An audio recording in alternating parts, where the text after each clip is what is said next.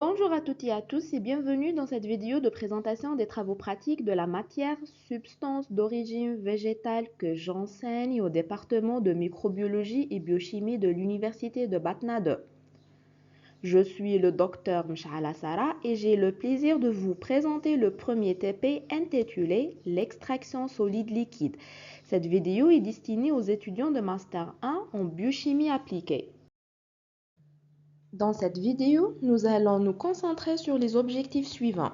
Identifier les différentes techniques d'extraction solide liquide, distinguer les principes de fonctionnement de chaque méthode, réaliser expérimentalement les différentes extractions solides liquides, comparer l'efficacité des différentes méthodes d'extraction. L'extraction solide liquide est une technique de base la plus utilisée pour la récupération de molécules bioactives à partir de sources végétales. Il s'agit d'une opération de transfert ou d'échange de matière entre une phase solide contenant la matière à extraire et une phase liquide, c'est le solvant. Le liquide d'extraction appelé solvant peut être de l'eau, de l'alcool ou encore d'un solvant organique. Il a pour rôle de dissoudre une espèce chimique ou la molécule d'intérêt présente dans un solide qui est le matériel végétal pour former une solution appelée le mélange d'extraction. Après l'extraction, on obtient deux phases. Le résidu, c'est la matière végétale épuisée et la molécule d'intérêt dissoute dans le solvant, c'est l'extrait. L'extraction solide liquide est réalisée par un contact intime entre le solvant et le solide étant un matériel végétal qui peut être une plante fraîche ou séchée. Elle est régulée par trois mécanismes essentiels. Le premier mécanisme, c'est le passage du solvant à travers le solide et la dissolution du soluté à l'intérieur des particules végétales.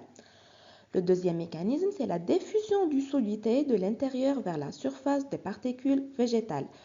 Le dernier mécanisme, c'est la diffusion du soluté depuis la surface des particules végétales vers le solvant environnant. Les techniques conventionnelles de l'extraction solide liquide comprennent la macération, la décoction, l'infusion et la percolation. Mais quelle est la différence entre ces techniques d'extraction conventionnelles? Donc l'infusion est une méthode d'extraction par solvant aqueux qui consiste à verser de l'eau bouillante sur un matériel végétal, puis à laisser reposer pendant un temps déterminé. Elle est particulièrement adaptée aux parties tendres des plantes telles que les feuilles, les fleurs et les tiges non ligneuses. Pour ce faire, une quantité de 10 g de matériel végétal broyé est placée dans un bécher. Ensuite, un volume de 100 ml d'eau distillée chaude est ajouté au matériel végétal. Après 15 à 30 minutes d'infusion, le mélange obtenu est filtré. Le filtre obtenu est transféré dans un flacon.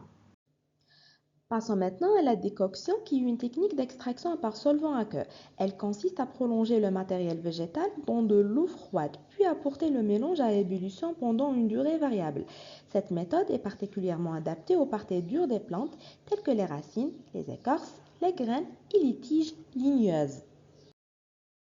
Pour ce faire, une quantité de 10 g de matériel végétal broyé est mélangée à 100 ml d'eau distillée dans un bécher. L'ensemble est porté à ébullition pendant 15 à 30 minutes selon la nature du végétal utilisé. À la fin de l'ébullition, le mélange est laissé refroidir puis filtré. Le filtre obtenu est ensuite transféré dans un flacon propre. Passons maintenant à la percolation qui est une méthode d'extraction continue par solvant qui consiste à faire circuler progressivement un solvant à travers une poudre végétale sèche et tassée, contenue dans un percolateur. L'extrait est récupéré en continu à la sortie du percolateur.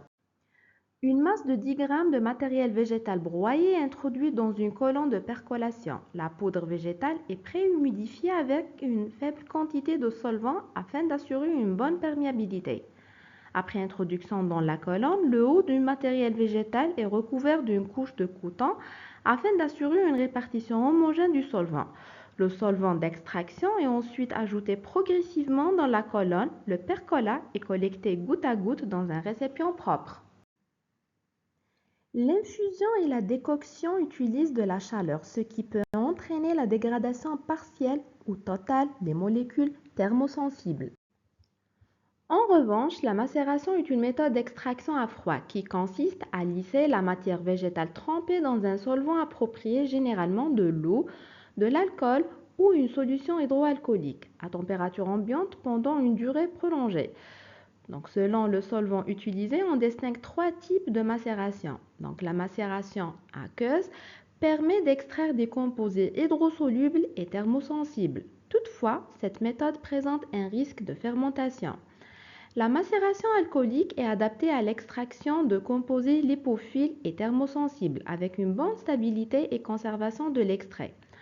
Enfin, la macération hydroalcoolique combine les avantages des deux précédentes en permettant une extraction plus large, qu'il soit hydrosoluble ou liposoluble, tout en assurant une meilleure conservation. Pour ce faire, une masse de 10 g de matériel végétal broyé est mélangée à 100 ml de solvant, qui peut être de l'eau distillée, un mélange hydroalcoolique ou de l'alcool pur. Le mélange est maintenu à température ambiante pendant 24 heures à l'abri de la lumière.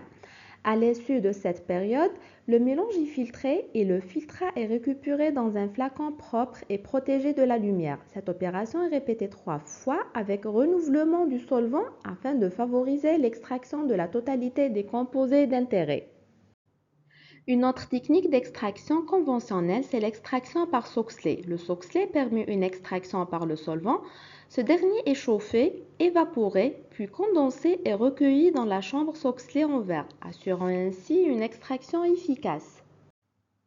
Après l'extraction, les filtres récupérés sont soumis à une étape d'évaporation afin d'obtenir les extraits secs. Les extraits aqueux sont concentrés par lyophilisation à l'aide d'un lyophilisateur, tandis que les filtres alcooliques sont évaporés à l'aide d'un évaporateur rotatif. Les extraits secs sont conservés à 4 degrés jusqu'à leur utilisation.